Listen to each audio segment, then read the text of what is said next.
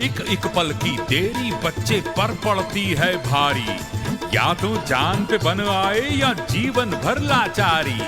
झोला छाप और झाड़ फूक के चक्कर में नहीं पड़ना, अस्पताल लाना बच्चे को, इसमें देर न करना भैया, इसमें देर न करना।